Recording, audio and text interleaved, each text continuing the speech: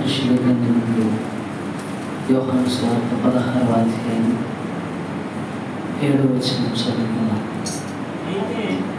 అయితే నేను మీతో సత్యము చెప్పుచున్నాను, నేను వెళ్ళిపోవుట వలన మీకు ప్రయోజనకరము. నేను వెళ్ళని ఎడల ఆదరణకర్త మీ యొద్దకు రాడు, నేను వెళ్ళిన ఎడల ఆయనను మీ యొద్దకు పంపుదును. ప్రార్థన. పరిశుద్ధుడ మహోన్నతుడ కృపగలిగిన తండ్రి, మీకు స్తోత్రములు వందనాలు చెల్లిస్తూ ఉంటున్నాను. రాత్రికాల సమయంలో నీ వాక్యమును ధ్యానించినట్టుగా మాట్లాడేవాడును నేను కదయ్యా. పరిశుద్ధాత్మ సంపూర్ణంగా నన్ను మీ చేతులకు అప్పగిస్తున్నాను.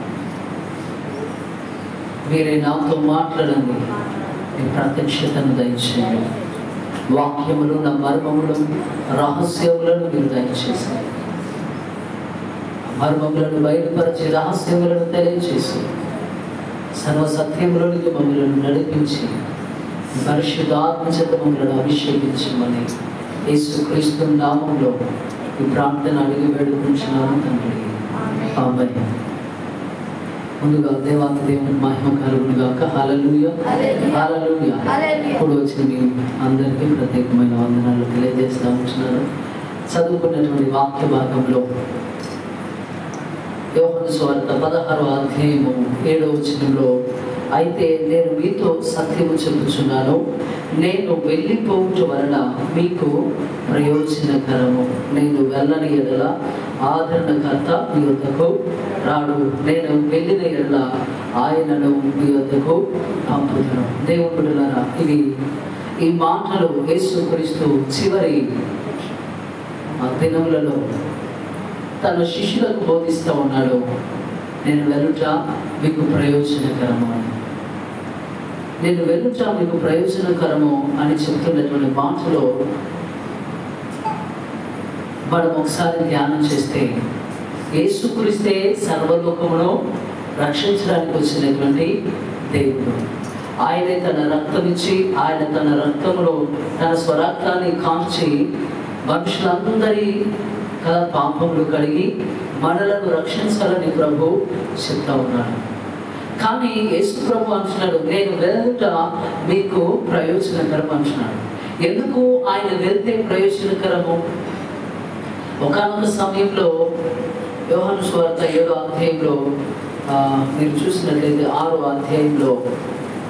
అధ్యాయము యోహాను సువార్త 6వ అధ్యాయంలో 66వ వచనం చూడండి. అప్పటి నుండి ఆయన శిష్యులలో అనేకులు వెనక తీసి మరి ఎన్నడూను ఆయనను వెంబడింపలేదు.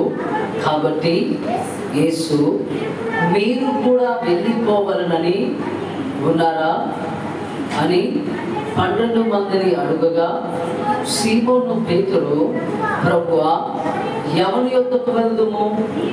నీవే నిత్య జీవపు మాటలు గలవాడవు, నీవే దేవుని పరిశుద్ధుడు అని మేము విశ్వసించి ఎరిగి ఉన్నామని ఆయనతో చెప్పాను. దేవుని బిడ్డలారా, ఈ వాక్య భాగంలో యేసుక్రీస్తు క్షయమైన ఆహారం కొరకు మీరు ప్రయాసపడదు, కానీ అక్షయమైన ఆహారం కొరకు మీరు ప్రయాసపడండి. ఎందుకంటే 5 రొట్టెలు 2 చేపలను ఆయన ఆశీర్వదించి పంచి ఇచ్చినప్పుడు 5,000 మంది భుజించారు.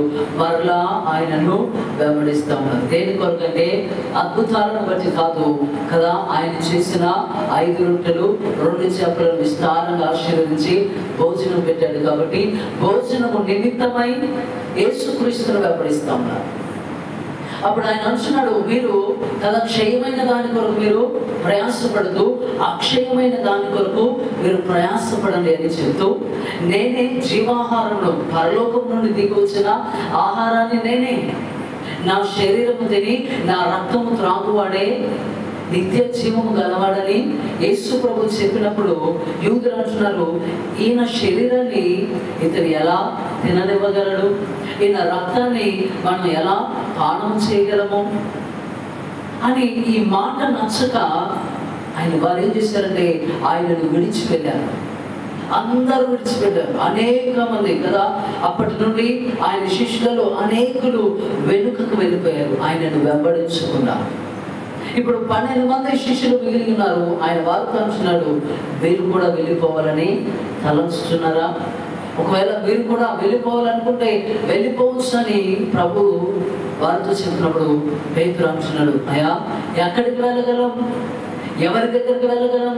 ఏ స్థలానికి మేము వెళ్ళగలం? నీవే నిత్య జీవపు మాటలు కలిగినటువంటి వాడు. అంటే నీ మాటలో నిత్య జీవమున్నది. నీ మాట మమ్మల్ని జీవింపజేస్తుంది. నీ మాట మమ్మల్ని బ్రతికిస్తుంది.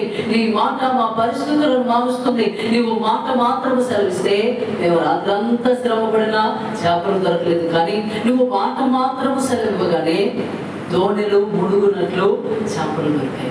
నువ్వు మాట మాత్రము సెలవివ్వగానే సముద్రము నిమ్మలమైంది, గాలి తుఫాను ఆగిపోయింది. నువ్వు మాట మాత్రము సెలవివ్వగానే యాయిరు కుమార్తె బ్రతికించబడింది.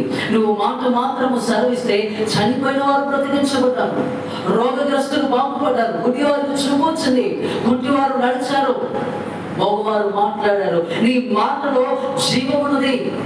నీ మాటలో నిత్య జీవము కలిగిన ఊటలు ఉన్నవి. నిన్ను విడిచి మేము ఎక్కడికి వెళ్ళగలమని ఆయన సాక్ష్యం ఇస్తా ఉన్నాడు. ఇప్పుడు మనము చదువుకున్నటువంటి కదా మూలవాక్యంలో ఆయన అంటున్నాడు, నేను వెలుట మీకు ప్రయోజనకరం. ఎలా ప్రయోజనకరము?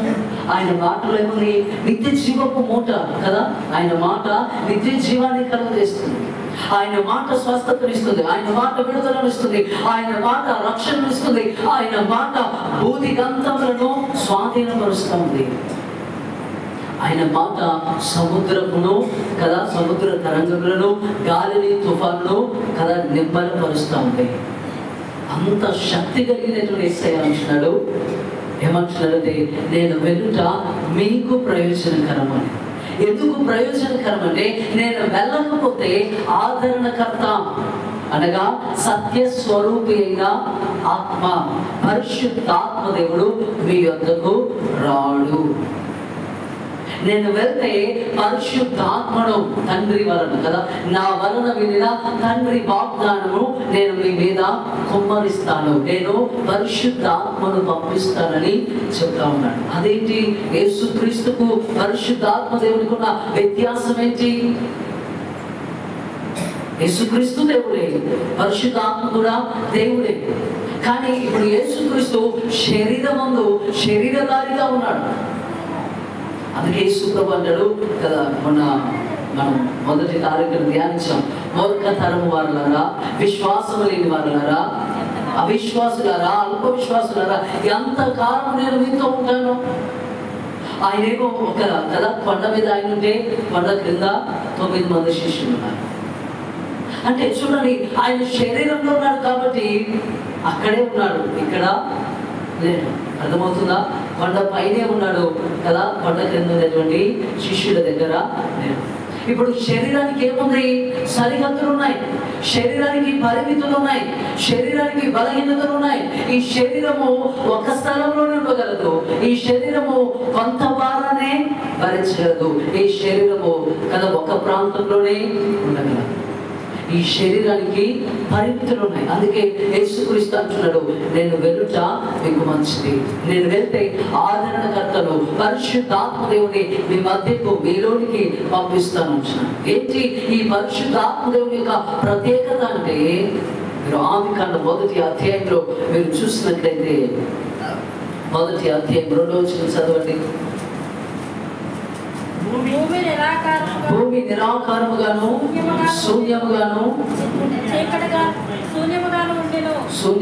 ఉండెను. చీకటి అగాధ జలముల పైన కమ్మి ఉండెను.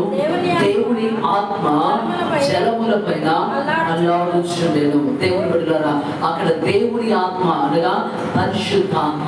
దేవుడు అంటే ఎవరు? ఆత్మ కదా. దేవుడు ఆత్మ కనుక దేవుడు అంటే ఎవరు? ఆత్మ. దేవుని ఆత్మ, పరిశుద్ధాత్మ జలముల పైన అల్లాడుచుండెను. భూమి నిరాకారముగాను శూన్యముగాను చీకటితో నింపబడి ఉంది. దానిలో ఆకారం లేదు, ప్రయోజనకరమైనది ఏది లేదు. దాని వలన ఎవ్వరికి ఇప్పుడు పరిశుద్ధాత్మ దేవుడి ఆత్మ ఎప్పుడైతే వెలుగు కమ్మని పలికిందో అప్పుడు వెంటనే కదా దేవుడు వెలుగు కమ్మని పలుకుగా వెలుగు కలిగెను, వెలుగు మంచిదైనట్లు దేవుడు వాక్యం సెలవిస్తాం. పరిశుద్ధాత్మ అంటే దేవుడు, పరిశుద్ధాత్మ అంటే దేవుడు లేదా దేవుని ఆత్మ. ఇప్పుడు పరిశుద్ధాత్మ దేవుడు అంటే ఎవరంటే ఆయన సృష్టికర్త. పరిశుద్ధాత్మ దేవుడు ఎవరు? సృష్టికర్త. ఈ నీ కంటికి కనిపించే ప్రతిదీ కూడా సృష్టించింది ఎవరు అంటే యేసుక్రీస్తు కదా. యేసుక్రీస్తు కాదు కానీ పరిశుద్ధాత్మ దేవుడు. మీరు పరిశుద్ధ గ్రంథాన్ని చదివేటప్పుడు యెహోవా ఆత్మ అని ఎక్కడ ఉంటుందో అది పరిశుద్ధాత్మని మీరు గుర్తించాలి.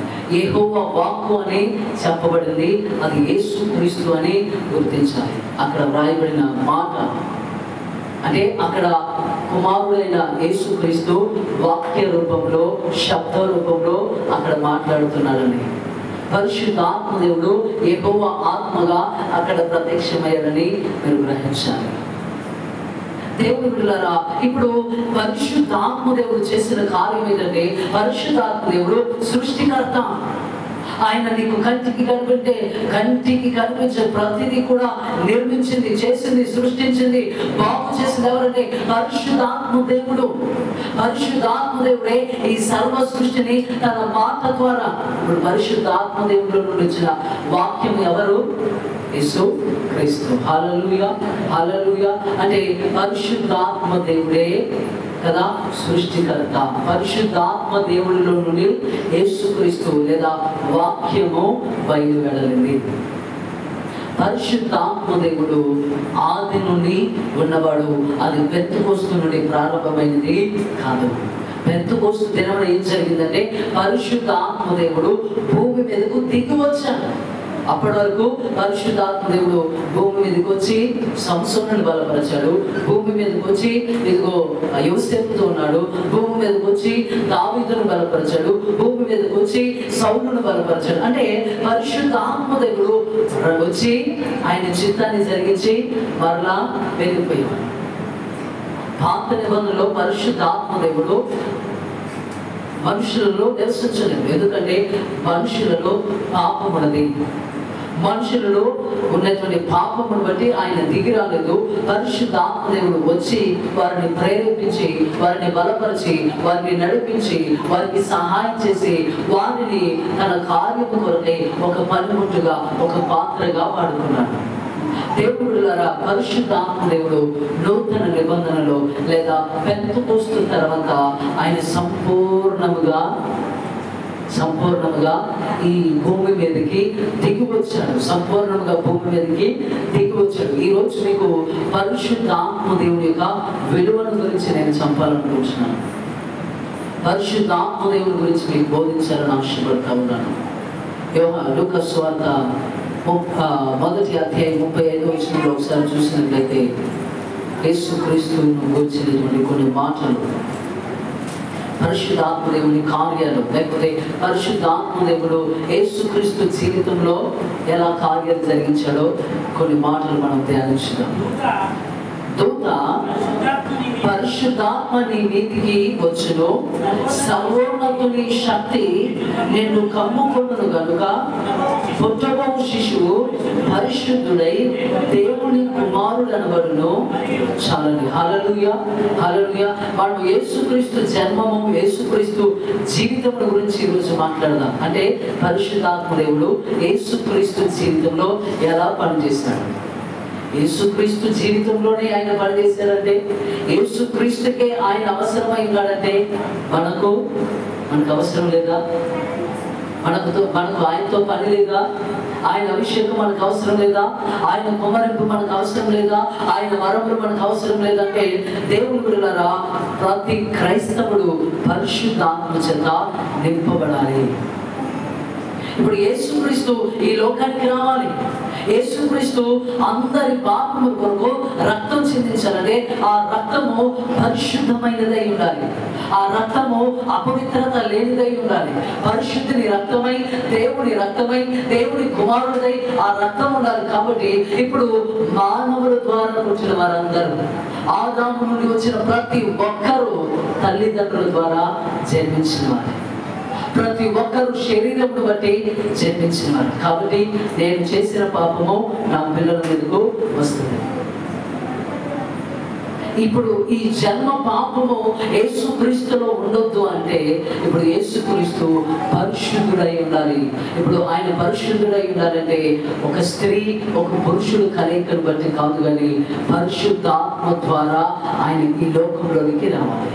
ఇక్కడ అంటున్నాడు ఆయన, అంటే దేవదూత గాబ్రియేలు దేవదూత ప్రత్యక్షమై అమ్మ నీకు కుమారుడు కలగబోతా ఉన్నాడు, ఆయన గొప్పవాడే సర్వోన్నతుని కుమారుడు అనబడతాడు, ఆయన యేసు అని పేరు పెడతారు అని ఇవన్నీ చెప్తా ఉంటే మరి అంటుంది, అయ్యా నేను పురుషుని ఎరుగని దాన్ని, నాకు ఇంకా వివాహం కాలేదు, నేను ఏ విధమైన వ్యభిచార పాపం కానీ జాగ్రత్త పాపం కానీ ఏ పాపము నేను చేయలేదు, నేను ఎలా గర్భము ధరిస్తాను, నేను ఎలా కుమారుని కంటాను, ఎలా కుమారుని కని కదా దేవుని కుమారుని నేను చెప్పగలను, పురుషునితో నాకు ఏ సంబంధం లేదే అని చెప్తా ఉంటే అక్కడ పరిశుద్ధాత్మ దేవుడు దూత సెలవిస్తూ ఉంది. సర్వోన్నతుడైన కదా మీరు వాక్యము అంటే దూత పరిశుద్ధాత్మని మీదికి వచ్చును, సర్వోన్నతుని శక్తి నేను కమ్ముకొనును కనుక పుట్టబో శిశువు పరిశుద్ధుడై దేవుని కుమారుడు అనబడునని వాక్యం సెలవిస్తూ ఉంది. దేవుడు వెంటనే పరిశుద్ధాత్మ చేత మరియా గర్భము దాల్చినట్టుగా గర్భవతి అయినట్టుగా మనము చూస్తూ ఉంటున్నాము. వెంటనే దేవుడులారా అంటే యేసుక్రీస్తు జన్మంలో పురుషుని యొక్క ప్రమేయము లేదు, స్త్రీ ప్రమేయము లేదు, మనుషుల ప్రమేయము లేదు, కణముల ప్రమేయం కదా XY క్రోమోజోముల ప్రమేయము లేదు. కేవలము దేవుడు బిడ్డలారా పరిశుద్ధాత్మ దేవుడే యేసుక్రీస్తును ఒక కణముగా, యేసుక్రీస్తును ఒక పిండముగా కదా మరియ గర్భంలో రూపొందించాడు. హల్లెలూయా హల్లెలూయా. అక్కడ శూన్యంలో సృష్టిని వేలాడదీసిన దేవుడు, నిరాకారమైనటువంటి సృష్టిని వెలుగు కమ్మని పరుపుగా వెలుగు కలిగింది. 6 దినముల సృష్టిని ఆయన చక్కపరిచాడు. 6 దినములు కదా భూమిని అంతటిని, నక్షత్రములన్నింటిని, జలచరములను, సముద్రమును, ఆకాశమును, ఆకాశ విశాలమును, జలములను, ఆకాశము క్రింది జలములు, ఆకాశము మీది జలములని రాయబడింది. అంటే అక్కడ శూన్యములో ఈ భూమిని సృష్టిని చేసిన దేవుడే మరియ గర్భంలో కూడా యేసుక్రీస్తును సృష్టించాడు, యేసుక్రీస్తును జన్మింపజేశాడు. హల్లెలూయా హల్లెలూయా. అంటే ఇప్పుడు యేసుక్రీస్తు జన్మము దేని ద్వారా జరిగింది, ఎవరి వలన కలిగింది అంటే పరిశుద్ధాత్మ దేవుని వలన కలిగింది. యేసుక్రీస్తు ఎలా జన్మించాడని పరిశుద్ధాత్మ ద్వారా వాగ్దానములు బట్టి జన్మించాడు. పరిశుద్ధాత్మ లేకుండా యేసుక్రీస్తు జన్మించలేదు. పరిశుద్ధాత్మ లేకుండా యేసుక్రీస్తు కన్యామరియ గర్భంలో ప్రవేశించలేదు. యేసుక్రీస్తు పరిశుద్ధాత్మ లేకుండా ఈ భూమి మీదకి ఆయన దిగిరాలేదు. కేవలము పరిశుద్ధాత్మ సహాయంతో మాత్రమే ఆయన ఈ లోకంలో దేవుని యొక్క కుమారుడుగా ఈ లోకంలో జన్మించినట్లుగా మనము చూస్తూ ఉంటున్నాం. దేవుని బిడ్డలారా, ఇంకా మనం వాక్యంలోకి వెళ్తే పరిశుద్ధాత్మ దేవుని గురించినటువంటి మాటలు యేసుక్రీస్తు జీవితంలో లూకా సువార్త 4వ అధ్యాయంలో, లూకా సువార్త 4వ అధ్యాయము, లూకా సువార్త 3వ అధ్యాయంలో మీరు చూసినట్లయితే 21వ వచనం, ప్రజలందరూ బాప్తిస్మము పొందినప్పుడు యేసు కూడా బాప్తిస్మము పొంది ప్రార్థన చేయుచుండగా ఆకాశము తెరవబడి పరిశుద్ధాత్మ శరీరాకారముతో పావురము వలె ఆయన మీదికి దిగి వచ్చెను. అప్పుడు నీవు నా ప్రియ కుమారుడవు, నీ యందు నేను ఆనందించుచున్నానని ఒక శబ్దము ఆకాశము నుండి వచ్చెను. హల్లెలూయా, హల్లెలూయా. దేవుని బిడ్డలారా, యోర్దాను నదిలో బాప్తిస్మిచ్చి యోహాను ప్రజలందరికీ మారు మనసును ప్రకటిస్తా ఉన్నాడు. మారు మనసుకు తగిన జీవితం జీవించమని చెప్తా ఉన్నాడు. ప్రజలందరూ కూడా వారి పాపములను ఒప్పుకొని, వారి అపవిత్రతను ఒప్పుకొని, వారి క్రియలను ఒప్పుకొని ఆ బాప్తిస్మిచ్చి యోహాను దగ్గర కదా వచ్చి బాప్తిస్మము పొందుతా ఉన్నారు. ఇప్పుడు యేసు ప్రభు వచ్చాడు. మారు మనసు నిమిత్తమై ఆయన బాప్తిస్మం తీసుకోలేదు, కానీ మనందరి మాదిరి కొరకు ఆయన బాప్తిస్మం తీసుకున్నాడు. ఆయన ఎప్పుడైతే ఆ నీళ్ళలో బాప్తిస్మము తీసుకొని నిలబడ్డాడో ఆకాశము తెరవబడతా ఉంది. ఆకాశము తెరవబడి పరిశుద్ధాత్మ శరీరాకారంలో పావుర రూపంలో ఆయన మీదకి దిగి వచ్చినట్లుగా మనం చూస్తా ఉన్నాం. అంటే ఈ పరిశుద్ధాత్మ దేవుడు మరలా ఎందుకు దిగి వచ్చాడు?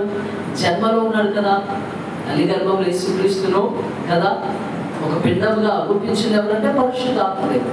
మరలా ఎందుకు బాప్తిస్మము తీసుకున్నప్పుడు శరీరాకారంలో వచ్చి ఈయన నా ప్రియ కుమారుడు అని అంటున్నాడంటే పరిశుద్ధాత్మ దేవుడు పావుర రూపంలో యేసుక్రీస్తు మీదకి దిగి వచ్చి తన పని కొరకు ఆయనను ప్రతిష్ఠ చేస్తా ఉన్నాడు. ఆత్మ చేత తన కుమారుని అభిషేకిస్తా ఉన్నాడు.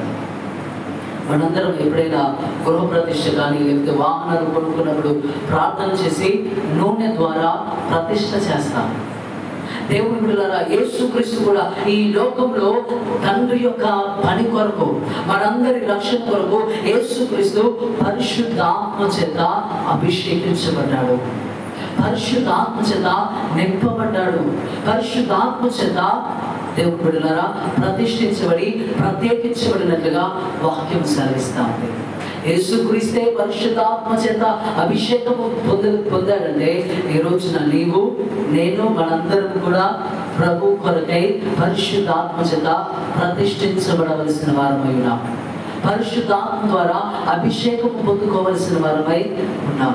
ఇంకా 4వ అధ్యాయం 1వ వచనంలో చూస్తే యేసు పరిశుద్ధాత్మ పూర్ణుడై యోర్దాను నది నుండి తిరిగి వచ్చి 40 దినములు ఆత్మ చేత అరణ్యములో నడిపింపబడి అపవాది చేత శోధింపబడుచుండెను. చాలండి. హల్లెలూయా, హల్లెలూయా. ఇక్కడ యేసు పరిశుద్ధాత్మ పూర్ణుడై అంటే సంపూర్ణంగా పరిశుద్ధాత్మ పూర్ణత అంటే ఇప్పుడు మనం ఒక బాటిల్లో కదా సగానికి నీళ్లు పోస్తే అది సంపూర్ణంగా నింపబడినట్ల అంచుల వరకు కదా నీళ్లు పోస్తుంటే పోసినవన్నీ కూడా నింపబడి మిగిలినవి కదా పొర్లిపోతూ ఉంటాయి, ప్రవహిస్తూ ఉంటాయి. అప్పుడు అది సంపూర్ణమైనట్లు, అది పరిపూర్ణమైనట్లు. ఇక్కడ యేసుక్రీస్తు కూడా పరిశుద్ధాత్మలో పరిపూర్ణుడై పరిశుద్ధాత్మ ద్వారా పరిపూర్ణుడై ఎక్కడికి వెళ్తూ ఉన్నాడంటే అపవాది చేత శోధించబడడానికి అరణ్యంలోనికి వెళ్తా ఉన్నాడు. ఎందుకు పరిశుద్ధాత్మ దేవుడు యేసుక్రీస్తును అరణ్యంలోనికి శోధనలోనికి నడిపిస్తూ ఉన్నాడంటే దేవుని బిడ్డలారా ఈ పరిశుద్ధాత్మ దేవుడు శోధనల ద్వారా కదా మనలను కూడా నడిపిస్తాడు. అక్కడ అపవాది 3 సార్లు శోధించింది, 3 రకాలుగా శోధించింది. అంటే ఇప్పుడు యేసుక్రీస్తు పరిశుద్ధాత్మ పూర్ణుడయ్యాడు కాబట్టి అపవాదిని ఏం చేశాడు? అపవాదిని జయించాడు, పాపమును జయించాడు, లోకమును జయించాడు, నేత్రాంశను జయించాడు కదా. ఆయన అంటున్నా ఇదిగో ఈ రాళ్ళను రొట్టెలు చేసుకొని తినంటున్నా ఆహారం కదా. ఏమి తిందుమో, ఏమి త్రాగుదమో, ఏమి ధరించుమో. మొదటి ఆదాము పాపం ఎలా చేశాడు? తిండి కొరకే చేశాడు కదా. తినడానికి ఆహారములకు రమ్యమైనది, కన్నులకు కదా సౌందర్యంగా చక్కగా ఉందని తీసుకున్న వారిద్దరూ తినాలి. ఇప్పుడు ఆహారము చేత శోధిస్తా ఉన్నాడు. దేవుని బిడ్డలారా ఆహారం చేత శోధించాడు, పడిపోలేదు. నాకు నమస్కరించు, ఈ మహిమంతా నీకు ఇస్తానన్నాడు కదా పడిపోలేదు. తూకు నిన్ను దోతలను పట్టుకుంటారన్నాడు, అయినా పడిపోలేదు. ఇప్పుడు ప్రతి క్రైస్తవుడు, క్రీస్తు పడిపోలేదు కానీ ప్రతి క్రైస్తవుడు పాపములు పడిపోతున్నాడు. ప్రతి క్రైస్తవుడు పాపములకు లోపడుతూ ఉన్నాడు. పాపము ఏర్పాటు చేస్తూ ఉందండి. దానికి కారణం ఏంటి అంటే క్రైస్తవుడు పరిశుద్ధాత్మ చేత నింపబడలేదు. పరిశుద్ధాత్మ పూర్ణులై క్రైస్తవులు లేరు కాబట్టి ప్రతి చిన్న పాపానికి యేసుప్రభు చెప్తా ఉన్నాడు, సులువుగా చిక్కులు పెట్టే కదా పాపమును విడిచి విశ్వాసములకు కర్తయు దానిని కొనసాగించువాడైనా యేసు వైపు చూస్తూ నడవండి అని. ఈ రోజున యేసుక్రీస్తు అక్కడ మాత్రమే కాదు, ప్రతి స్థలంలో శోధించింది, ప్రతి సమయంలో శోధించింది. ప్రతి సమయము ఆయనకు నేత్రాశ, జీవపుటాపము, అనేకమైన పాపములను పరిచయం చేస్తుంది. కానీ యేసుక్రీస్తు 33.5 సంవత్సరాల తన జీవిత కాలంలో, శరీర జీవితంలో ఎక్కడ పాపము చేయలేదు, ఎక్కడ పడిపోలేదు, ఎక్కడ అపవాది మాటకు లోబడలేదు. హల్లెలూయా, హల్లెలూయా. దేవుని బిడ్డలారా, ఈ రోజున క్రైస్తవులు పడిపోతున్నారంటే పరిశుద్ధాత్మ అభిషేకం లేక, పరిశుద్ధాత్మ దేవుని గురించి తెలుసుకోక, పరిశుద్ధాత్మ చేత నింపబడక. ఒకవేళ పరిశుద్ధాత్మ దేవుడు నీలో ఉంటే నిన్ను నడిపిస్తాడు, నీలో ఉంటే నేను బలపరుస్తాడు, నీలో ఉంటే నీకు శక్తినిస్తాడు, నీలో ఉంటే శోధనను జయించుటకు మార్గాన్ని ఆయన చూపిస్తాడు. పరిశుద్ధాత్మ దేవుడు ఈ రోజున సంఘాన్ని అభిషేకించాలని ఆశపడుతూ ఉన్నాడు. కానీ సంఘము ఆయనను పొందుకోలేని వారుగా, సంఘము ఆయనను గురించి తెలుసుకోలేకపోతారు కదా, అజ్ఞానంలోనూ అంధకారంలోనూ ఉండిపోతా ఉన్నారు. దేవుని బిడ్డలారా, పరిశుద్ధాత్మ దేవుడు విలువైన వాడు. పరిశుద్ధాత్మ దేవుడు మనకి ఎంతో అవసరము. ఇంకా మీరు చూసినట్లయితే అక్కడ 14వ వచనంలో, 4వ అధ్యాయము 14వ వచనంలో, అప్పుడు యేసు ఆత్మ బలముతో గలిలయకు తిరిగి వెళ్ళెను. ఆయనను గూర్చిన సమాచారము ఆ ప్రదేశం అంతటా వ్యాపించింది. చాలండి, ఇప్పుడు ఆయన పరిశుద్ధాత్మ పూర్ణుడయ్యాడు. శోధనలు వచ్చాయి, శ్రమలు వచ్చాయి, పాపము కదా ప్రేరేపించింది, కానీ ఆయన పడిపోలేదు. శోధనలను జయించి పాపము లేని వాడుగా, పరిశుద్ధుడిగా ఆయన నిలబడ్డాడు. ఇప్పుడు అదే ఆత్మ బలము చేత ఏం చేస్తున్నాడంటే సువార్త ప్రకటిస్తూ ఉన్నాడు. గలిలయలోనికి వెళ్ళి కదా, గలిలయ దేశం అంతటా దేవుని యొక్క వాక్యముల గురించి ప్రకటిస్తున్నట్లుగా దేవుని వాక్యము మనకు తెలియజేస్తా ఉంది. ఆయన దేవుని రాజ్య సువార్తను ప్రకటిస్తా ఉన్నాడు. ఈ రోజున నువ్వు ఆయన వాక్యమును ప్రకటించకపోవడానికి, 10 మందిలో ఆయన సాక్షిగా ఉండలేకపోవడానికి, 10 మందిలో ఆయనను గురించి నువ్వు మాట్లాడలేకపోవడానికి, 10 మందిలో ఈ లోక సంబంధమైన ముచ్చట చేత, ఈ లోక సంబంధమైన పాపపు మాటల చేత నీవు నింపబడడానికి కారణం ఏంటంటే పరిశుద్ధాత్మ బలం మనలో లేదు. పరిశుద్ధాత్మ మనలో ఉంటే మనలను ప్రేరేపిస్తుంది, మనలను నడిపిస్తుంది. యేసుక్రీస్తు ఆత్మ బలముతో గలిలయ ప్రాంతం అంతా సువార్త ప్రకటించాడు. యెరూషలేము ప్రాంతంలో సువార్త ప్రకటించాడు. గలిలయ ప్రాంతము, సమరయ ప్రాంతము, యూదా ప్రాంతము, గెరాసేనుల దేశము, అనేక ప్రాంతాలు, అనేక గ్రామాలు. ఆయనను కూడా గలిలయులు, నజరేతుల నుండి ఆయనను వెళ్ళగొట్టారు, ఆయన నమ్మలేదు. ఆయనను తృణీకరిస్తే ఆయన వెళ్ళి కపెర్నహూములో ఆయన తలదాచుకొని కపెర్నహూములో ఆయన నివాసం చేస్తూ ఉన్నాడు. అయినా కానీ ఆయనలో ఉన్న పరిశుద్ధాత్మ దేవుడు ఎలా నడిపిస్తే అలా యేసుక్రీస్తు నడిచారు. దేవుని బిడ్డలారా, ఈ రోజున మనకు ఒక సాక్షి జీవితం లేదు. మనము వాక్యాన్ని ప్రకటించలేకపోతున్నాము. మనము 10 మంది మధ్యలో నేను దేవుని బిడ్డను, నేను దేవుడి కుమారుని, నేను దేవుని యొక్క ఆత్మచేత నింపబడ్డాను, నేను రక్షించబడ్డాను, నా పాపములు కడగబడ్డాయి, నాలో అపవిత్రత లేదు అని ఒక సాక్ష్య జీవితం మనం కలిగి లేకపోవడానికి కారణం ఏంటంటే పరిశుద్ధ ఆత్మచేత మనం నింపబడలేదు. క్రైస్తవుడు పరిశుద్ధాత్మను తృణీకరిస్తున్నాడు కాబట్టి సాక్ష్య జీవితాన్ని మనం పొందుకోలేదు. యేసుక్రీస్తు అలా కాదు. ఆయన పరిశుద్ధాత్మ పరిపూర్ణుడు. పరిశుద్ధాత్మ చేత సంపూర్ణమైనటువంటి ఈ శరీర జీవితంలో పరిశుద్ధుడిగా కదా, మచ్చలేని వాడుగా, పాపం లేని వ్యక్తిగా జీవించినట్లు వాక్యము తెలియజేస్తూ ఉంది. 18వ వచనంలో మీరు చూసినట్లయితే ప్రభు ఆత్మ నా మీద ఉన్నది, పేదలకు స్వార్థ ప్రకటించుటకై ఆయన నన్ను అభిషేకించను, చెరలోనున్న వారికి విడుదలను, గుడ్డి వారికి చూపును కలుగునని ప్రకటించుటకును, నలిగిన వారిని విడిపించుటకును, ప్రభు హితవత్సరము ప్రకటించుటకును ఆయన నన్ను పంపి ఉన్నాడు. హల్లెలూయా, హల్లెలూయా. ఇప్పుడు అంటున్నాడు ప్రభు ఆత్మ నా మీద ఉన్నది. అక్కడ వాక్యం చదువుతూ ఉన్నాడు. ఆయన యెషయా గ్రంథం తీయగానే ఈ వాక్యం కనబడుతూ ఉంది. ప్రభు యెహోవా ఆత్మ, ప్రభు ఆత్మ నా మీద ఉన్నది. నేను ఎందుకు ఈ లోకానికి పంపబడ్డాను, నేను ఎందుకు ఈ స్థలంకి వచ్చాను, నేను ఎందుకు శరీరాన్ని ధరించుకొని ఈ స్థలంలోకి వచ్చానంటే పేదలకు సువార్త ప్రకటించడానికి. ఎవరు పేదలు? పేదవాళ్ళు ఎవరు? డబ్బు లేని వారు కాదు, ధనం లేని వారు కాదు, ఆస్తిపాస్తులు లేని వారు కాదు, రక్షణ జీవితం లేని వారు, ఆత్మలను నశింపజేసుకునేటువంటి వారు, అపవాది బంధకాలలో చిక్కుబడి రోగముల చేత, వ్యాధుల చేత, బలహీనతల చేత, శాపము బంధకముల చేత బంధించబడి కట్టబడి తరతరాలుగా అపవాదికి ఏర్పరిచినటువంటి ఆ అగ్నిగుండంలో పడుతున్న వారే పేదవారు. పేదవారికి స్వార్థ ప్రకటించడం అంటే నశించిపోతున్న వారిని రక్షించడానికి నేను వచ్చాను. ప్రభు ఆత్మ నన్ను ఎందుకు అభిషేకించిందంటే నశించిన దాన్ని వెతికి రక్షించడానికి, గుడ్డి వారికి చూపునివ్వడానికి కదా, చెరలో ఉన్న వారిని విడిపించడానికి కదా, నలిగిన వారిని విడిపించడానికి, అంటే రోగులను స్వస్థపరచడానికి. ఎన్ని మాటలు కదా, ఎన్ని రకాల పరిచయం గురించి చెప్తాం. ఎవరు చెరలో ఉన్నారు? మనందరం కూడా కదా, యేసుక్రీస్తునందు విశ్వాసము ఉంచినటువంటి అల్ప విశ్వాసులు అందరూ కూడా చెరలోనే ఉన్నారు.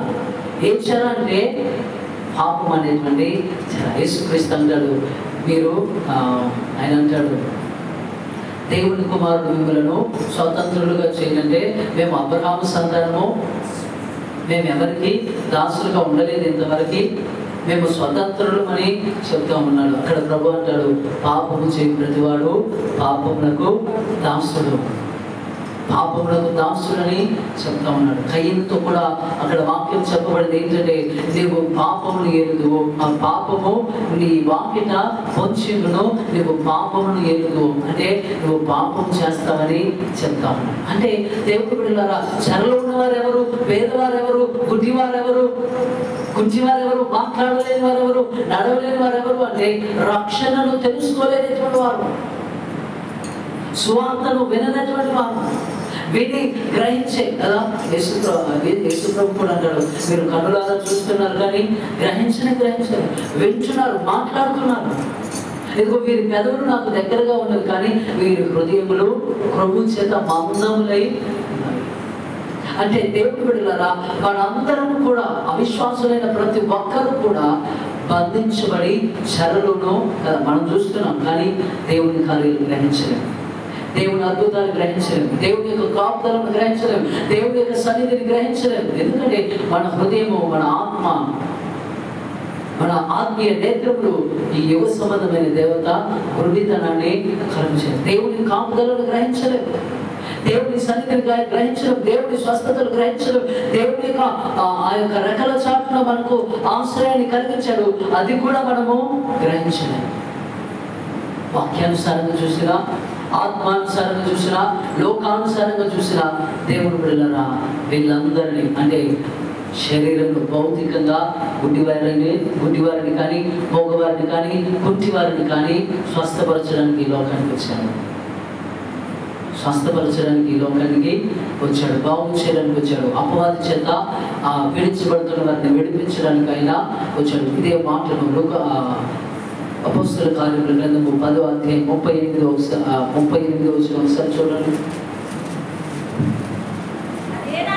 అదేదనగా దేవుడు నజరేయుడైన యేసును పరిశుద్ధాత్మతోనూ శక్తితోనూ అభిషేకించెను, దేవుడు ఆయనకు తోడైయుండెను కనుక ఆయన మేలు చేయుచు అపవాది చేత పీడింప పంపబడిన వారిని స్వస్థపరచుచు సంచరించుచుండెను. చాలండి. హల్లెలూయా. ఇప్పుడు యోహాను మొదటి పత్రిక 3వ అధ్యాయము 8వ వచనం చూడండి. యోహాను పత్రిక మొదటి అధ్యాయం 3వ అధ్యాయం 8వ వచనం.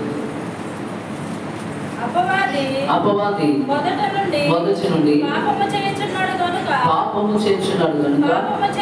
పాపము చేయవాడు అపవాది సంబంధి అపవాది యొక్క క్రియలను లయపరచుటకే దేవుని కుమారుడు ప్రత్యక్షమాయెను. హల్లెలూయా, హల్లెలూయా. అక్కడ చెప్తా ఉన్నాడు అపోస్తల కార్యముల గ్రంథంలో, అపవాది చేత పీడించబడిన వారందరినీ విడిపించుచు స్వస్థపరుస్తూ ఆరోగ్యం ఇస్తూ ఆయన సంచరించుచుండెను అని. ఇక్కడ అపవాది క్రియలను లయపరచుటకే మనుష్య కుమారుడు దేవుని కుమారుడు ప్రత్యక్షమాయనని ఇక్కడ వాక్యము సెలవిస్తా ఉంది. ఇప్పుడు ఆయన అంటున్న మాట, ఆయన చదివిన వాక్యం ఏంటి? ప్రభు ఆత్మ నా మీద ఉన్నది, పేదలకు సువార్త ప్రకటించడానికి, చెదలో ఉన్న వారిని విడిపించడానికి, గుడ్డు వారికి చూపునివ్వడానికి, కుంటి వారికి నడకనివ్వడానికి. హల్లెలూయా, హల్లెలూయా. అది శరీరంలో ఉన్న రోగమైన, ఆత్మలో ఉన్న రోగమైన, శరీరంలో ఉన్న గుడ్డితనమైన, ఆత్మలో ఉన్న గుడ్డితనమైన సరే, పరిశుద్ధాత్మ దేవుని యొక్క సహాయంతో యేసుక్రీస్తు వారికి మేలు చేస్తూ అపవాది చేత పీడించబడుతున్న మనందరినీ కూడా, అపవాది చేత పీడించబడుతున్న మనందరినీ కూడా ఆయన విడిపించాడు, ఆయన స్వస్థపరిచాడు. హల్లెలూయా, హల్లెలూయా. ఎలా సాధ్యమైంది? నజరేయుడైన యేసును దేవుడు పరిశుద్ధాత్మతోనూ శక్తితోనూ అభిషేకించెను. హల్లెలూయా, హల్లెలూయా. యేసుక్రీస్తు దేని చేత అద్భుతాలు చేశాడు, దేని చేత ఆశ్చర్య కార్యాలు జరిగించాడు, దేనిని బట్టి ఆయన కుంటి వారికి నడకనిచ్చాడు, గుడ్డి వారికి చూపునిచ్చాడు, రక్తస్రావం కలిగిన స్త్రీకి స్వస్థతనిచ్చాడు, చనిపోయిన లాజరును బ్రతికించాడు, చనిపోయిన యాయిరు కుమార్తెను బ్రతికించాడు, నాయను విధవరాలి కుమారుని బ్రతికించాడు. హల్లెలూయా. యోహాను సువార్త 21వ అధ్యాయంలో 25వ అధ్యాయము 25వ వచనం, యేసు చేసిన కార్యములు ఇంకాను అనేకములు కలవు, వాటిలో ప్రతి దానిని వివరించి వ్రాసిన ఎడల అట్లు వ్రాయబడిన గ్రంథములు భూలోకమైనను చాలదని నాకు తోచుచున్నది. హల్లెలూయా, హల్లెలూయా. ఇక్కడ యోహాను భక్తుడు శిష్యుడైన యోహాను సాక్ష్యం ఇస్తా ఉన్నాడు. ఇంకో యేసు చేసిన క్రియలు చాలా ఉన్నాయి, ఇంకా ఉన్నాయి. ఒక్కొక్క దాన్ని వివరించి రాయాలంటే ఆ గ్రంథాలు పెట్టడానికి ఈ భూలోకము సరిపోదంట. హల్లెలూయా, హల్లెలూయా. 700 కోట్ల మంది ఈ భూమి మీద జీవిస్తా ఉన్నారు. 700 కోట్ల మందికి ఇల్లులు ఉన్నాయి కదా, ఎన్నో ఉన్నాయి ఈ భూలోకం. కానీ పుస్తకాలు పెట్టడానికి ఈ భూలోకం సరిపోదు. హల్లెలూయా. నా మాట వింటున్నారా? హల్లెలూయా, హల్లెలూయా. అర్థమవుతుందా? అంటే యేసుక్రీస్తు ఆయన స్వస్థతలు చేశాడంటే, ఆయన అద్భుతాలు చేశాడంటే, ఆయన ఆశ్చర్యక్రియలు చేశాడంటే, చనిపోయిన వారిని బ్రతికించాడంటే, అపవాది చేత పీడించబడుతున్న వారిని విడిపించాడు అంటే, దయ్యములను వెళ్ళగొట్టాడంటే, మోగవారిని మాట్లాడించాడంటే, గుడి వారికి చూపునిచ్చాడంటే, అది ఆయన ద్వారా కలిగింది కాదు, ఆయనను అభిషేకించిన పరిశుద్ధాత్మ దేవుడు ద్వారా కలిగినటువంటి శక్తి. హల్లెలూయా, హల్లెలూయా. పరిశుద్ధాత్మ దేవుడు ద్వారానే యేసుక్రీస్తు అంతా చేశాడు. హల్లెలూయా. యేసుక్రీస్తు దైవ కుమారుడే, కానీ ఆయనకు పరిశుద్ధాత్మ దేవుని సహాయము అవసరమైంది.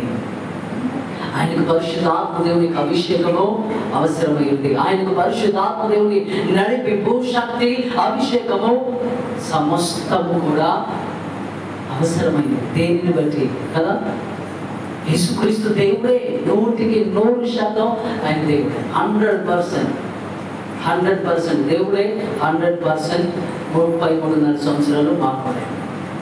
కానీ పరిశుద్ధాత్మ సహాయం ద్వారానే ఇవన్నీ చేశాడు.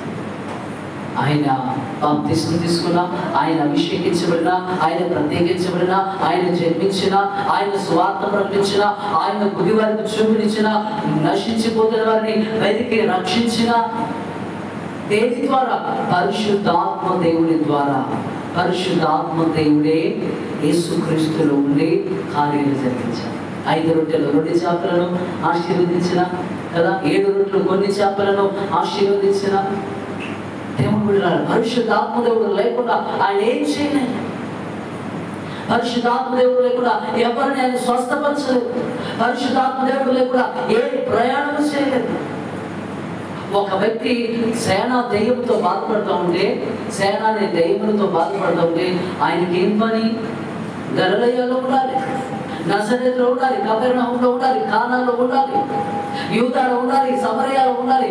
ఈ కానాను దేశాన్ని విడిచిపెట్టి గెరాసేనుల దేశానికి వెళ్తాం. ఎంతమంది కొరకు? ఎంతమంది సంఘం ఉంది? ఎన్ని కుటుంబాలు ఉన్నాయి? ఎన్ని వేల మంది ఆరాధించేవారు ఉన్నారు? ఒక ఆత్మ నశించిపోతూ ఉంది. ఒక ఆత్మ దురాత్మల చేత పీడించబడుతూ ఉంది. ఒక ఆత్మ నశించుకోవడానికి సిద్ధంగా ఉంది. ఒక ఆత్మ దురాత్మల చేత పట్టి పీడించబడుతూ ఉంది. ఆయన ఒక దేశాన్ని కదా, ఆయన కానాను దేశాన్ని విడిచిపెట్టి గెరాసేనుల దేశానికి వెళ్ళి అతనిని స్వస్థపరిచారు. ఇలా ఆయన చేసిన అద్భుతాలు ఎన్నో. ఈ భూలోకం ఆ గ్రంథాలు పెడితే సరిపోదు. అలాంటి అద్భుతాలు ఆయన చేశాడు. దేని ద్వారా? ఎవరిని బట్టి? ఎలా ఆయన చేశాడంటే పరిశుద్ధాత్మ దేవుని ద్వారా, పరిశుద్ధాత్మ దేవుని సహాయం ద్వారా, పరిశుద్ధాత్మ దేవుని యొక్క అభిషేకం చేత ఇటు కార్యంలో ఆయన జరిగించారు. ఈరోజు కదా క్రైస్తవులకు పరిశుద్ధాత్మ దేవుడు అంటే కదా, పరిశుద్ధాత్మ దేవుడు అంటే తెలియదు అసలు కదా. ఒక కదా ఏదైనా రోగం మీ దగ్గరకు వచ్చి నాకు షుగర్ ఉందయ్యా అంటే మీరు చాలా సలహా ఇస్తారు. యాపగ తిను కదా, లేకపోతే కలబంద తిను, లేకపోతే మెంతుల నీళ్ళు తాగు, ఆ నీళ్ళు తాగు. నీ దగ్గరకు వచ్చి ఏ రోగం గురించి చెప్పినా ఆ రోగానికి ఏదో ఒకటి సలహా ఇస్తాం కదా. ప్రతి దాని గురించి, అంటే మన ఇంట్లో ఉన్న దాని గురించో లేదా మన ఊరిలో ఉన్న వారి గురించో ఎవరి గురించి అయినా కొంత కదా ఒక చరిత్ర, ఫలానా అంటే ఫలానా ఫలానా ఫలానా ఫలానా ఊరు, ఫలానా నాన్న అమ్మ అక్కదమ్ములు అన్న చెల్లెలు, కొంత ఇన్ఫర్మేషన్ మన దగ్గర ఒక వ్యక్తి గురించి అయినా మన ఊరిలో ఉన్న ప్రతి ఒక్కరి గురించి చెప్పగలరు. పరిశుద్ధాత్మ దేవుని గురించి అడిగితే ఇది ఎంతవరకు చెప్పగలవు? పరిశుద్ధాత్మ దేవుని గురించి అడిగితే నీకున్న జ్ఞానం ఎంతవరకు ఆయన గురించి తెలుసు? అసలు పరిశుద్ధాత్మ దేవుడు దేవుడై ఉన్నాడని ఎంతమందికి గ్రహించారు? పరిశుద్ధాత్మ దేవుని ద్వారానే యేసుక్రీస్తు ఈ లోకంలో జీవించాలని ఎప్పుడైనా గ్రహించారా? ఎప్పుడైనా ఆలోచించారా? ఎప్పుడైనా తలంచారా? పరిశుద్ధాత్మ దేవుడు అంటే పరిశుద్ధాత్మ గురించి కదా మనకి ఏమీ తెలియదు. అస్సలు ఏమీ తెలియనటువంటి స్థితిలో ఉండిపోయాం.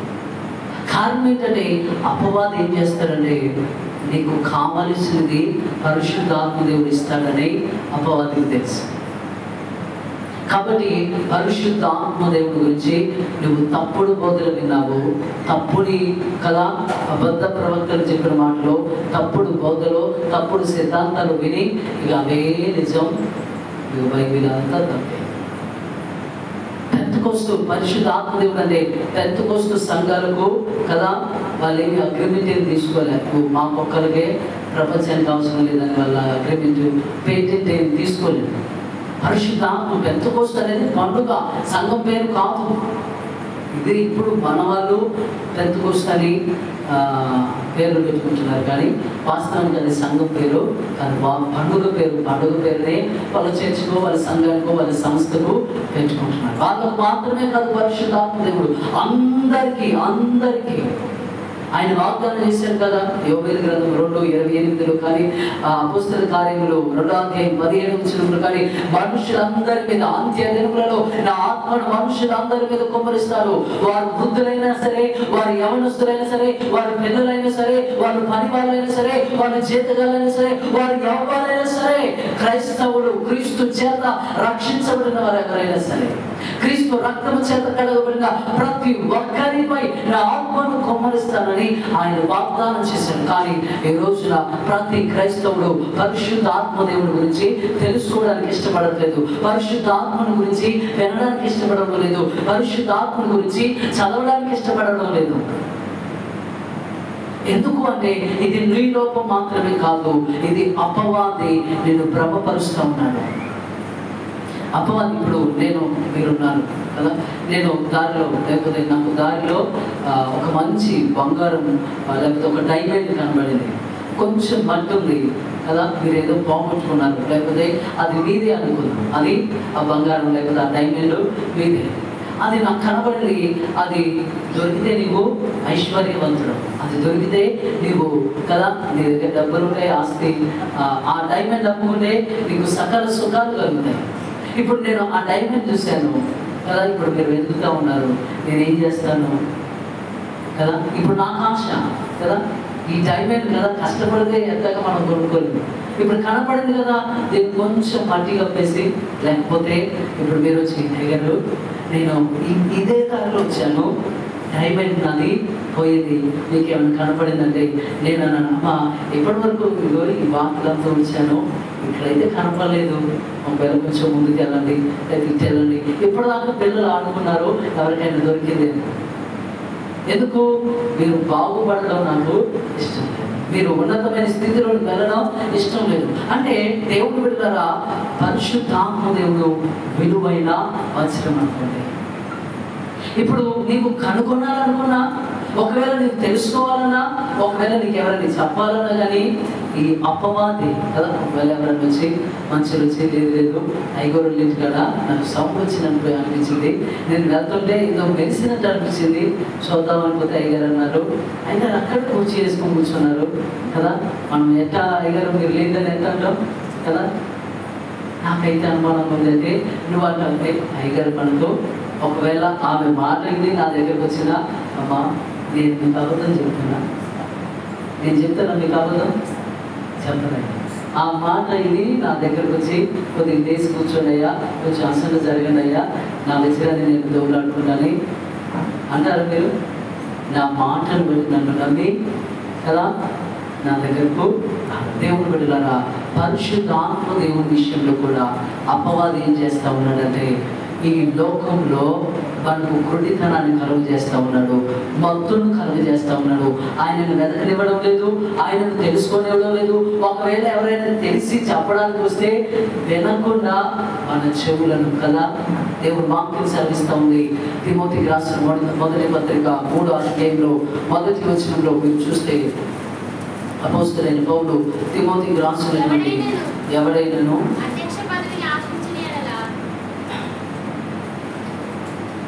3వ అధ్యాయంలో కల్పన కథలను గురించి ఆయన బోధిస్తూ ఉంటాడు.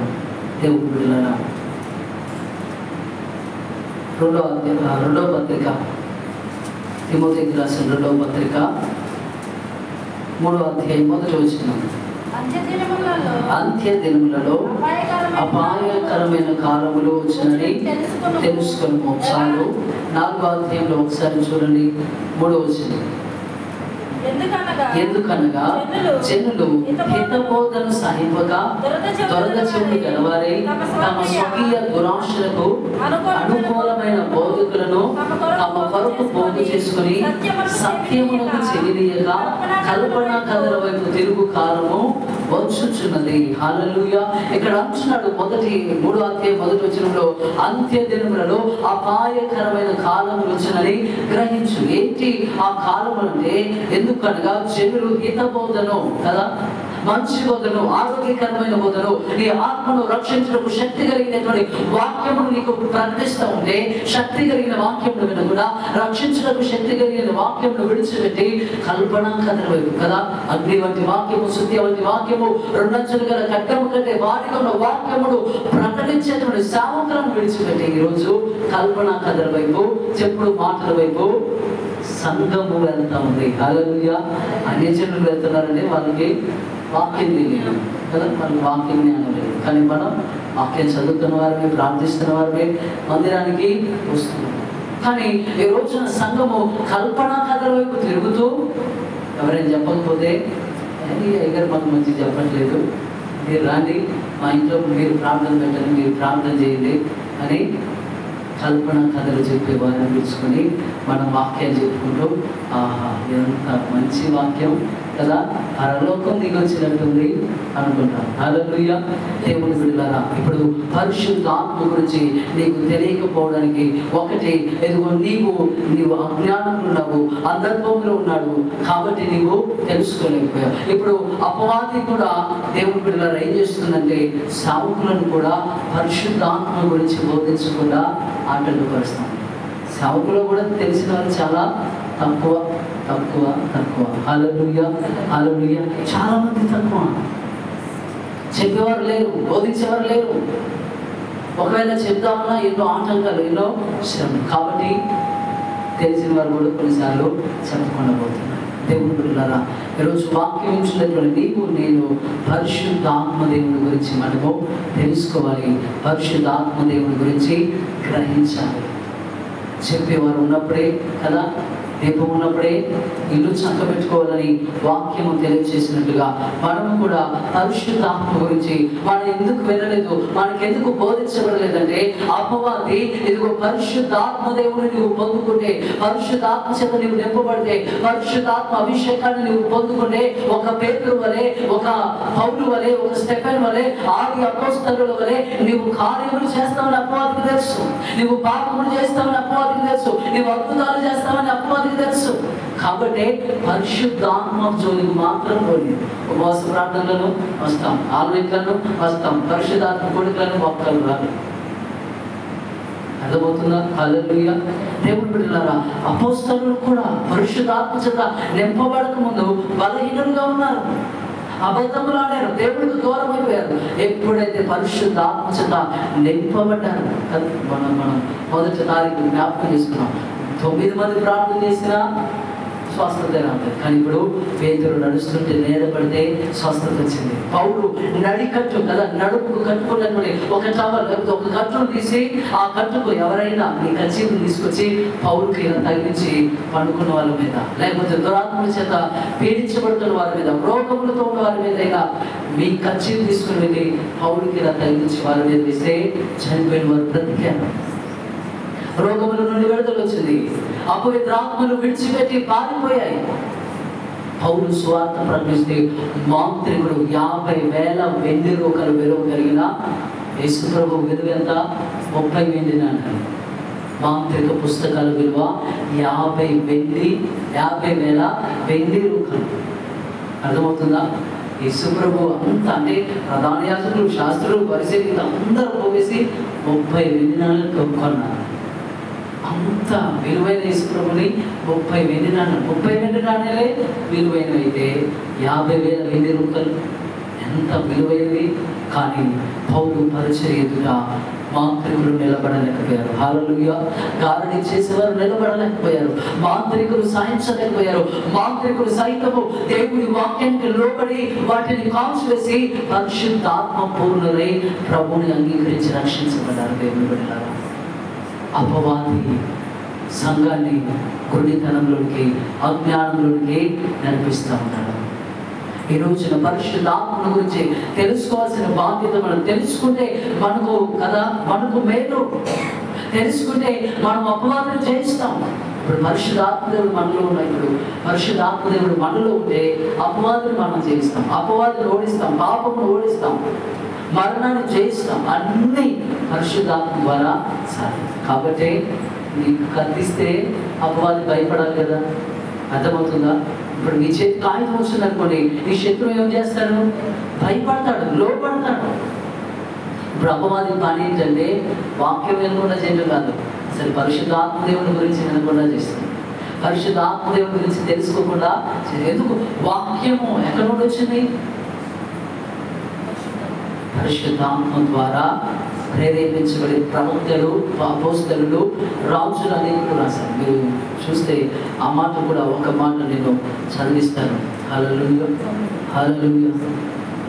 తిమోతికి రాసిన పత్రిక 2వ పత్రిక 3వ అధ్యాయం 16వ వచనం చదవండి. దైవజనుడు సన్నద్ధుడై ప్రతి సత్కార్యములకు పూర్ణంగా సిద్ధపడి ఉన్నట్లు దైవావేశము వలన కలిగిన ప్రతి లేఖనము ఉపదేశించుటకును, ఖండించుటకును, తప్పు దిద్దుటకును నీతియందు శిక్ష చేయుటకును ప్రయోజనకరమై హల్లెలూయా. దేవుని బిడ్డలారా, వాక్యము కదా దైవావేశం అంటే పరిశుద్ధాత్మ ద్వారా వాక్యము మనలో అంటే పరిశుద్ధాత్మ ద్వారా వాక్యము వ్రాయబడింది. పరిశుద్ధాత్మ ద్వారానే వాక్యము చెప్పబడినట్లుగా వ్రాయబడినట్లుగా వాక్యము తెలియజేస్తూ ఉంది. దేవుని బిడ్డలారా, అంటే పరిశుద్ధాత్మ లేకుండా వాక్యము లేదు, పరిశుద్ధాత్మ లేకుండా కదా వాక్యము వ్రాయబడలేదు, వాక్యము ప్రకటించబడలేదని దేవుని వాక్యము తెలియజేస్తూ ఉంది. కాబట్టి మనందరం కూడా పరిశుద్ధాత్మ చేత నింపబడితే అపవాదికి తెలుసు. పేతురు రాసిన 2వ పత్రిక 1వ అధ్యాయం 21వ వచనము. 1వ అధ్యాయం 21వ వచనం. పేతురు రాసిన 2వ పత్రిక 1వ అధ్యాయం 21వ వచనం. 2వ పత్రిక. ఏలయనగా ప్రవచనము ఎప్పుడునూ మనుషుని ఇచ్చను బట్టి కలుగలేదు, కానీ మనుషులు పరిశుద్ధాత్మ వలన ప్రేరేపింపబడిన వారై దేవుని మూలముగా పలికిరి. దైవావేశం ఏంటి? ఆ దైవావేశము పరిశుద్ధాత్మ వలన ప్రేరేపణ. పరిశుద్ధాత్మ వలన ప్రేరేపణ. ఇప్పుడు చెప్పండి, వాక్యం ఎక్కడి నుండి వచ్చింది? పరిశుద్ధాత్ముడే రాజ్యం. ప్రతి అక్షరం, ప్రతి పదము, ప్రతి వచనములో ఉన్నటువంటి కదా అంతా కూడా పరిశుద్ధాత్మ దేవుడే రాజ్యం. కానీ వాక్యం వినడానికి అపవాది అవకాశం ఇస్తాడు, కానీ పరిశుద్ధాత్ముడి గురించి వినడానికి అవకాశం. ఎందుకో తెలుసా? పరిశుద్ధాత్మ లేకుండా వాక్యము నిష్ప్రయోజనము. పదులు లేని కత్తి వంటిది. 2 అంచుల కత్తి కంటే వాడిగలది అని చెప్పబడింది. ఆ వాడి ఎప్పుడు వస్తుంది? పరిశుద్ధాత్మ చేత బోధించబడుతున్నప్పుడు, పరిశుద్ధాత్మ చేత సేవకుడు నింపబడిన వాడే ప్రకటిస్తున్నప్పుడు ఆ వాక్యము ఖడ్గంగా మారుతుంది, ఆ వాక్యము శుద్ధిగా మారుతుంది, ఆ వాక్యము అగ్నిగా మారుతుంది, ఆ వాక్యము వర్షంగా మారుతుంది. ఆ వాక్యమే నిన్ను దేవుని బిడ్డలారా రక్షణలోనికి నడిపిస్తుంది. పరిశుద్ధాత్మ లేకుండా ఏ సేవకుడు ఎంత గొప్ప సేవకుడు ప్రకటించినా అది వినడానికి బాగుంటుంది, రికార్డ్ చేసుకోవడానికి మరలా వినడానికి బాగుంటుంది, కానీ దాని వలన ప్రయోజనం ఏమీ లేదు. రక్షించడానికి శక్తి కలిగిన వాక్యం పరిశుద్ధాత్మ పూర్ణమై వస్తేనే దాని వలన కార్యం. హల్లెలూయా, హల్లెలూయా. 9 మంది అన్నారు, ఏ దురాత్మ పోపు అన్నారు. మాకు తెలిసలేదు సంగతి. అపోస్తల కార్యాలు 19 మీరు కావాలని చూడండి. 19వ అధ్యాయం అపోస్తల కార్యముల గ్రంథము 19వ అధ్యాయంలో ఇలాగే కొంతమంది 14 వచ్చిన 19-14 యూదుడైన స్కేవయను ఒక ప్రధాన యాజకునికి కుమారులు 7 అలాగు చేయుచుండిరి. అందుకు ఆ దయ్యము, నేను యేసును గుర్తెరుగుదును, పౌలును కూడా ఎరుగుదును, కానీ మీరెవరని అడుగగా ఆ దయ్యము పట్టిన వాడు ఎగిరి వారి మీద పడి వారిలో 2 లొంగదీసి గెలిచెను. అందుచేత వారు దిగంబరులై గాయములు తగిలి ఆ ఇంట నుండి పారిపోయి. హల్లెలూయా.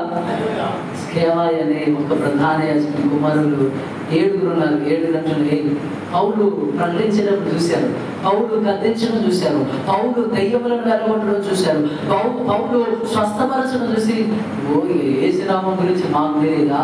కానీ యేసునామంలో వెళ్ళిపో అంటే ఎవరో తెలుసు. పౌలు ఎవరు నాకు తెలుసు. మీరు ఎవరు అని 7 బాధి లొంగ తీసుకుని 2 బట్టలు లేకుండా దిగంబరులుగా. కారణం ఏంటి?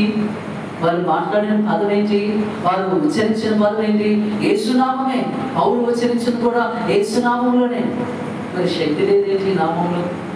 అర్థమవుతుందా? ఇప్పుడు ఖడ్గం ఒకటే, ఖడ్గం పేరు ఒకటే.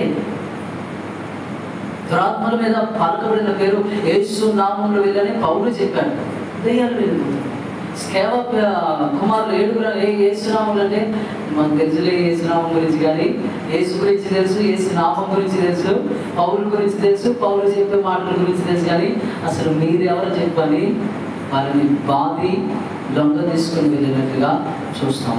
దేవుని బిడ్డలారా, వాక్యము కదా, వాక్యము అందరి ద్వారా అన్నిసార్లు ఖడ్గముగా ధారగా అది ప్రవహించారు. పౌలు అభిషేకం చేత నింపబడ్డాడు కాబట్టి వాక్యం ఖడ్గముగా వస్తాము. యేసు నామంలో శక్తి ఎప్పుడు వచ్చిందంటే ఈ వ్యక్తి పరిశుద్ధాత్మ చేత నింపబడి యేసు నామం ప్రకటించినప్పుడు వచ్చింది. ఈ వ్యక్తిలో కదా 7 ఆయన ఒక్కడే, పౌలు 1% కదా. ఈ 7 అంటున్నారు యేసు నామంలో చుట్టూ. కవి నేను కూడా మనోళ్ళకి దయ్యాలు పట్టినప్పుడు చూస్తే కదా, నన్ను ప్రార్థన చేస్తారు, వాళ్ళే తిడతారు, వాళ్ళే ఎక్కలేదు, ఇట్లా నేను అనుకుంటాను నడిపించింది ఎందుకు కదా. వేరే కాసేపు ఒక అర్థం ఒకరి తర్వాత అత్త కాసేపు తింటి, కోడలు కాసేపు తింటి, భర్త కాసేపు తింటి, మామయ్య కాసేపు తింటి, ఇంకెవరైనా పక్కన వాళ్ళు వస్తారు కలుస్తుంటే వాళ్ళు కూడా కాసేపు తింటే ఈ మాత్రం దానికి సేవలు ఎందుకు, ఈ మాత్రం దానికి ప్రార్థనలు ఎందుకు కదా. జ్ఞానంలో వచ్చినవా అదే ఇదే అని అంటారు. హల్లెలూయా, హల్లెలూయా. శక్తి పరిశుద్ధాత్మ చేత నింపబడిన వాడు పలికితే ఆ మాట శక్తి కలిగినగా, శక్తి కలిగి బయటకు వస్తుంది. దేవుని బిడ్డలారా, అపవాది వాక్యమును వినిస్తున్నాడు కానీ పరిశుద్ధాత్మ గురించి వెళ్ళేవాడు, పరిశుద్ధాత్మ గురించి తెలుసుకునేవాడు. కాబట్టి ఈ రోజున సంఘము ప్రతి మీరు బాగా చూడండి, మీరు బాగా గమనించండి. నేనైతే బాగా గమనిస్తాను, ఫాస్టింగ్ ఉన్న వాళ్ళని గమనిస్తాను, తర్వాత బాగా ప్రార్థించే వాళ్ళని గమనిస్తాను. మన కంటికి కనపడేది వాళ్ళే కాదు, ప్రార్థన గ్రామంలో అయితే మనకు కనపడరు, ఎందుకంటే మనం బయట ఉన్నాం కాబట్టి వాళ్ళు మనకు కనపడరు. సరే, నేను గమనించాను ఫాస్టింగ్ ఉన్నవాళ్ళు ప్రార్థన చేశారు, బాగా ప్రార్థన చేశారు, బాగా ఉపవాసం ఉన్నారు. వాళ్ళు పడిపోతాం. మీరు కూడా అంటారు, అయ్యా ఆయన బాగా ప్రార్థన చేసేవాడు, ఆమె బాగా ప్రార్థన చేసిన, మరి ఇలా ఎలా చేసిందో కదా. అంటే ఎందుకు ఇలా పడిపోయిందో, ఎందుకు ఇలా పాపములకు స్థలం ఇచ్చిందో, ఎందుకు పాపానికి అవకాశం ఇచ్చారో తెలియదే. బాగా ప్రార్థన చేస్తారు, బాగా మందిరంలో వస్తారు, బాగా కదా మందిరంలో పాలు పొందుకుంటారు. కారణం ఎక్కడ? బాగా మందిరంలో కాదు, వాక్యము వెలుగు పరిశుద్ధాత్మ యొక్క అభిషేకం లేదు కాబట్టి అపవాది కదా సులువుగా కదా, గట్టిగా కాదు సులువుగా కదా. గట్టిని మనం కరువు కొడితే చిగురు ఉంటుంది కదా, నూతనంగా వచ్చింది, దాన్ని ఇలా కొడితే అంతవరకు ఇరిగిపోతుంది. అది మొదలను కొడితే మన చేతిలో ఉన్న కర్ర. అలాగే పరిశుద్ధాత్మ అనుభవం లేనటువంటి సంఘము, క్రైస్తవులు ఈ రోజున పడిపోతూ ఉన్నారు. దేవుని నామానికి అవమానకరంగా అపవాది చేతులు కీలు బొమ్మలుగా మార్చబడతారు. దేవుడులారా, యేసుక్రీస్తు జీవితం గురించి మనము పరిశుద్ధాత్మలో మనము ధ్యానిస్తున్నాము. ఆయన పరిశుద్ధాత్మ దేవుని యొక్క జీవితం, అంటే పరిశుద్ధాత్మ దేవుని ద్వారానే ఆయన సమస్త కార్యాలు జరిగించాడు. 33.5 సంవత్సరాలు ఈ లోకంలో జీవించిన, 3.5 సంవత్సరాలు ఆయన పరిచయం చేసిన సమస్తము కూడా పరిశుద్ధాత్మ దేవుని సహాయం చేతనే ఆయన చేయగలిగాడు. రోమీయులకు రాసిన పత్రిక 8వ అధ్యాయము 11వ వచనంలో మీరు ఒకసారి చూస్తే, మృతులలో నుండి యేసును లేపిన వారి ఆత్మ మీలో నివసించిన యెడల, మృతులలో నుండి క్రీస్తు యేసును లేపిన వాడు చావునకు లోనైన మీ శరీరములను కూడా మీలో నివసించుచున్న తన ఆత్మ ద్వారా జీవింపజేయును. హల్లెలూయా, హల్లెలూయా. ఇప్పుడు 3.5 సంవత్సరాల పరిచయం అయిపోయింది. ఆయనను అప్పగించారు, ఆయన సెలవు వేశారు, ఆయన చనిపోయాడు, ఆయన పాతి పెట్టబడ్డాడు. 3వ దినమున తిరిగి లేచాడు. హల్లెలూయా. 3వ దినమున హల్లెలూయా, హల్లెలూయా, హల్లెలూయా. 3వ దినమున ఆయన తిరిగి లేచారా? 11వ వచనంలో, మృతులలో నుండి యేసును లేపిన వాని ఆత్మ మీలో నివసించినవాడు. అంటే ఎవరు లేపారు? ఏ ఆత్మ వచ్చి లేపింది? గాబ్రియల్ వచ్చాడా? దూత. మిఖాయేలు వచ్చాడా? దూత. రఫాయేలు వచ్చాడా? దూత. లూసిఫర్ వచ్చాడా? అది దురాత్మ. మరి యేసుక్రీస్తులో జీవముతో కదా ప్రాణము పోయింది, నిర్జీవంతో ఉన్నాడు. జీవముతో కూడా లేపాలంటే, చనిపోయిన యేసుక్రీస్తును బ్రతికించాలంటే ఈ లోకంలో ఏ మానవుడి వలన కాదు, ఏ ఆత్మ వలన కాదు. ఇది కేవలము పరిశుద్ధాత్మ దేవుని వల్ల జరిగిన కార్యము. ఇక్కడ స్పష్టంగా చెప్తా ఉన్నాడు, యేసును లేపిన వారి ఆత్మ మీలో నివసించిన యెడల కదా, మృతులలో నుండి యేసుక్రీస్తును లేపిన వాడు చావునకు లోనైన మీ శరీరములను కూడా మీలో నివసించుచున్న తన ఆత్మ ద్వారా జీవింపచేయు. ఇప్పుడు యేసుక్రీస్తు పునరుద్ధానము ఎలా జరిగింది? ఆయనగా సంఖ్యలను తెచ్చుకున్నాడా? ఆయనగా రాయిని పొందించాడా? ఆయనగా సజీవుడై వచ్చాడంటే పరిశుద్ధాత్మ దేవుడు ఆయన యేసుక్రీస్తును పునరుద్ధానుడిగా చేశాడు. హల్లెలూయా, హల్లెలూయా. పరిశుద్ధాత్మ దేవుడు పునరుద్ధానుడైన క్రీస్తులో నివసిస్తూ ఉన్నాడు. కాబట్టి ఆయన పునరుద్ధానుడయ్యాడు, ఆయన మరణాన్ని జయించాడు. ఇప్పుడు అంటున్నాడు, ఓ మరణమా నీ ముళ్ళు ఎక్కడ? మరణపు ముళ్ళను విరిచానని చెప్తా ఉన్నాడు. నీ బలం ఎక్కడ అంటే మరణం ఎక్కడ ఓడిపోయింది? మరణము అంటే పరిశుద్ధాత్మ దేవుడి ద్వారా మరణము ఓడించబడింది. పరిశుద్ధాత్మ ద్వారా మరణపు ముళ్ళు వెరగొట్టబడింది. పరిశుద్ధాత్మ దేవుడు యేసుక్రీస్తును మృతులలో నుండి లేవనెత్తాడు. దేవుని బిడ్డలారా, అదే పరిశుద్ధాత్మ దేవుడు నీలో నివసిస్తే మరణమునకు లేదా కదా చావులకు లోనైన మీ శరీరములను కూడా మీలో నివసించుచున్న మీ ఆత్మ ద్వారా కాదు, నా ఆత్మ ద్వారా, తన ఆత్మ ద్వారా మనలను జీవింపజేస్తానని చెప్తా ఉన్నాడు. దేవుని బిడ్డలారా, పరిశుద్ధాత్మ అంటే జీవమునిచ్చుడు పరిశుద్ధాత్ముడు. పాప మరణముల నుండి కదా విడిపించిన పరిశుద్ధాత్మ దేవుడు. ఇప్పుడు పరిశుద్ధాత్మ దేవుని జీవితం అంటే పరిశుద్ధాత్మ దేవుని యొక్క కార్యములు కదా, జన్మంలో యేసుక్రీస్తు జన్మంలోనూ, యేసుక్రీస్తు కదా ఆయన జీవితంలోనూ, ఆయన బాప్తిస్మంలోనూ, ఆయనను అభిషేకించే విషయంలోనూ, ఆయన శోధనలలోనూ కదా, ఆయన కష్టంలోనూ, ఆయన నష్టంలోనూ, ఆయన మరణంలోనూ, ఆయన పునరుద్ధానంలోనూ. హల్లెలూయా, హల్లెలూయా. దేవుని బిడ్డలారా, దేవునికే కదా, దేవుని కుమారుడికే పరిశుద్ధాత్మ దేవుడు అవసరమైతే ఇప్పుడు నీకు నాకు అవసరం లేదా? అవసరం లేదా? అవసరం. దావీదు అంటాడు, నీ పరిశుద్ధాత్మను నా నుండి దూరం చేయి. పాపని పొందిన వ్యక్తి, వ్యభిచారం చేసిన వ్యక్తి, దేవునికి ఇష్టం లేకుండా ఇశ్రాయేలు ప్రజలను లెక్కించిన వ్యక్తి, ఒక వ్యక్తి అంటే బెత్షెబా భర్తను చంపించిన వ్యక్తి, ఎన్నో నరహత్యలు చేసినటువంటి ఈ దావీదును కదా గద్దిస్తే ఆయన పశ్చాత్తాపంతో అంటున్నాడు, అయ్యా నీ పరిశుద్ధాత్మను నా నుండి దూరము చేయదు, తీసివేయదు అంటున్నా. ఎందుకు? ఈ మాత్రమైన భక్తి కలిగి ఉన్నానంటే, ఈ మాత్రమైన ఇదిగో నీ చిత్తమును నెరవేర్చే మనసు నేను కలిగి ఉన్నానంటే నీ ఆత్మ ద్వారానే. అందుకే 139వ కీర్తనలో అంటాడు, నీ ఆత్మ నుండి చూడండి,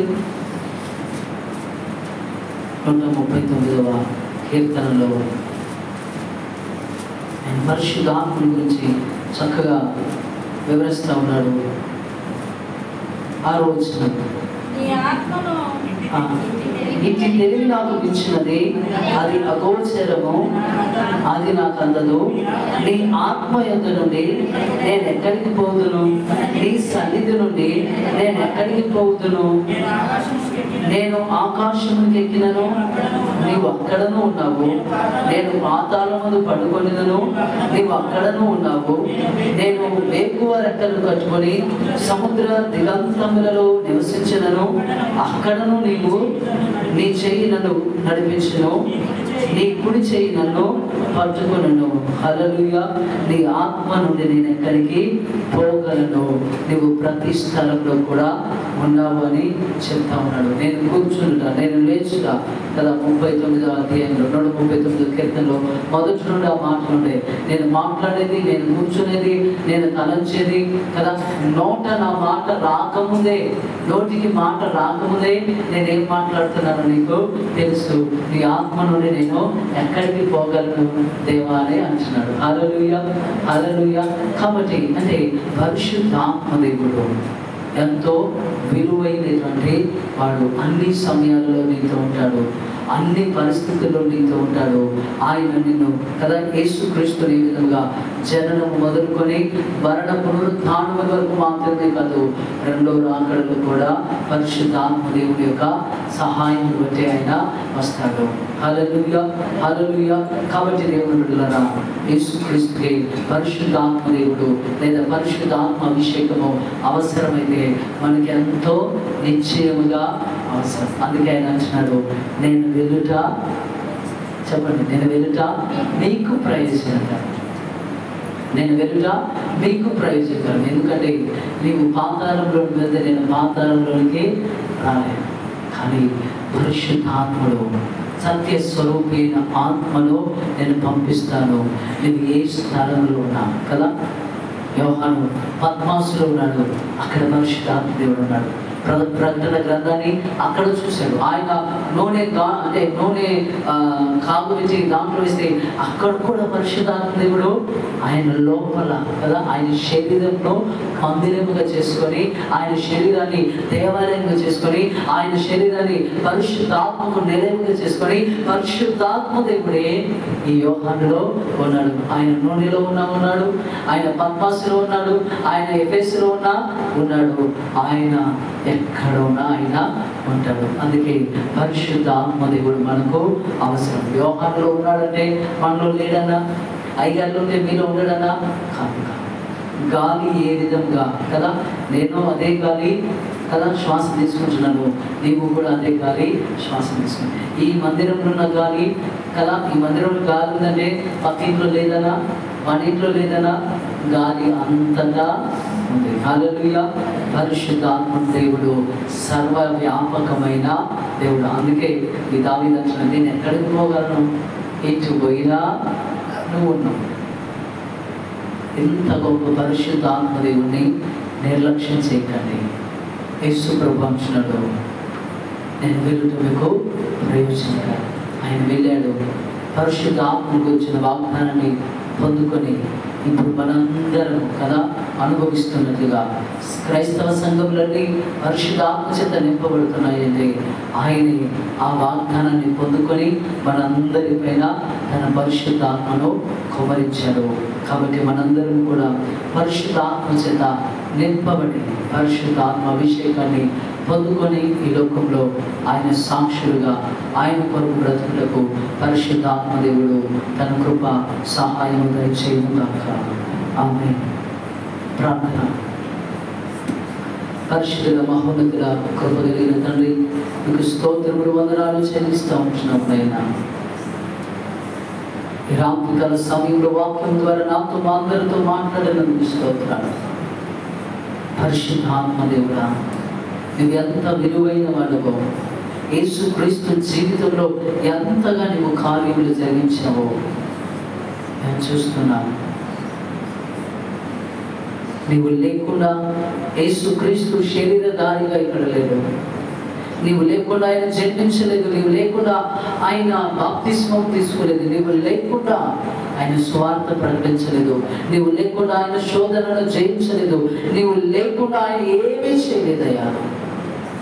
నీ ద్వారానే జన్మించాడు, నీ ద్వారానే బాప్తిస్మం తీసుకున్నాడు, నీ ద్వారానే అభిషేకించబడ్డాడు, నీ ద్వారానే అయా గొప్ప మరి ఆత్మపూర్ణుడై అయా శోధనలను జయించాడు, పాపమును జయించాడు.